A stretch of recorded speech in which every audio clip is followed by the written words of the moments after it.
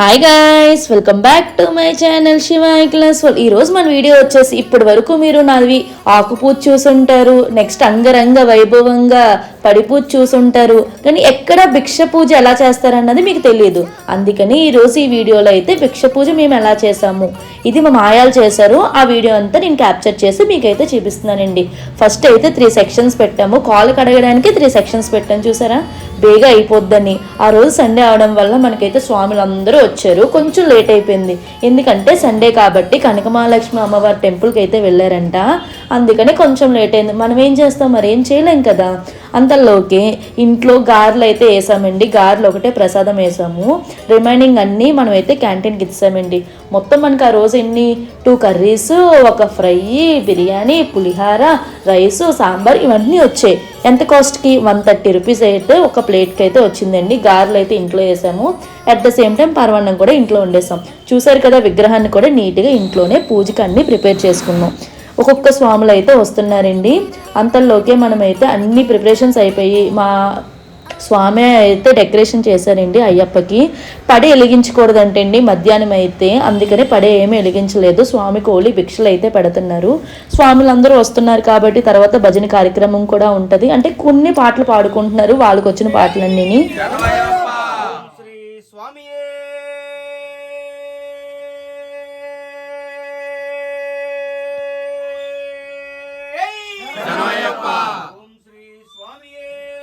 శరణమయ్యప్ప శరణమయ్యప్ప శరణమయ్యప్ప అయ్యప్ప అయ్యప్ప అయ్యప్ప అయ్యప్ప అయ్యప్ప అయ్యప్ప అయ్యప్ప అయ్యప్ప అయ్యప్ప అయ్యప్ప అయ్యప్ప అయ్యప్ప అయ్యప్ప అయ్యప్ప అయ్యప్ప అయ్యప్ప అయ్యప్ప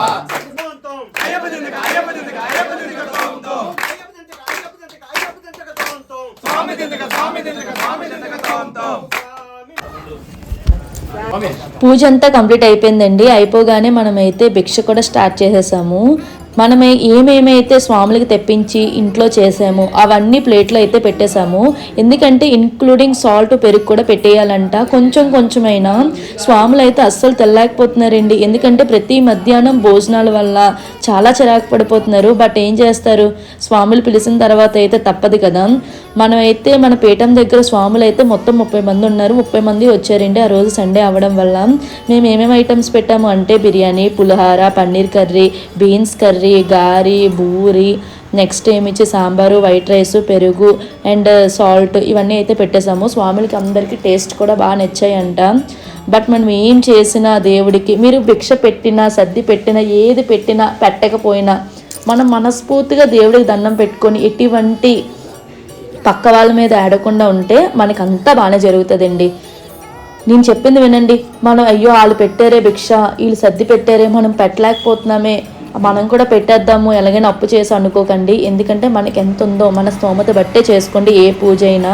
మేమైతే పూజ అంతా అదే వాళ్ళ భిక్ష అంతా కంప్లీట్ అయిపోయిన తర్వాత ఒక్కొక్కరికి అయితే తాంబూలం ఇచ్చేస్తున్నాము. నేను, మా అక్క, నెక్స్ట్ బాను అందరూ కలిసి అయితే వాళ్ళ దగ్గర బ్లెస్సింగ్స్ కూడా తీసుకున్నామండి.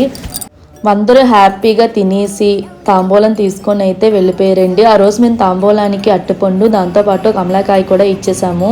స్వాములందరూ మమ్మల్ని అయితే చాలా అంటే చాలా బాగా బ్లెస్ చేశారండి.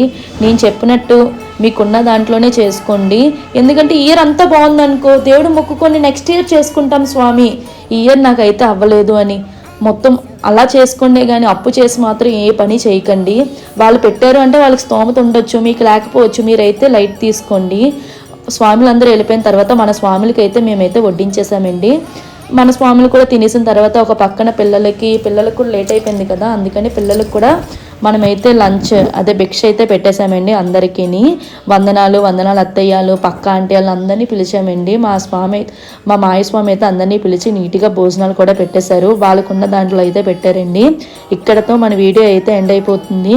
నా వీడియో కానీ మీకు నచ్చినట్టయితే please do like, share and subscribe Shivayi class world. ఇలాంటి మంచి వీడియోస్ ఇంకా ఎన్నో వస్తాయండి. మీరైతే నా వీడియోని సబ్స్క్రైబ్ చేసుకోండి.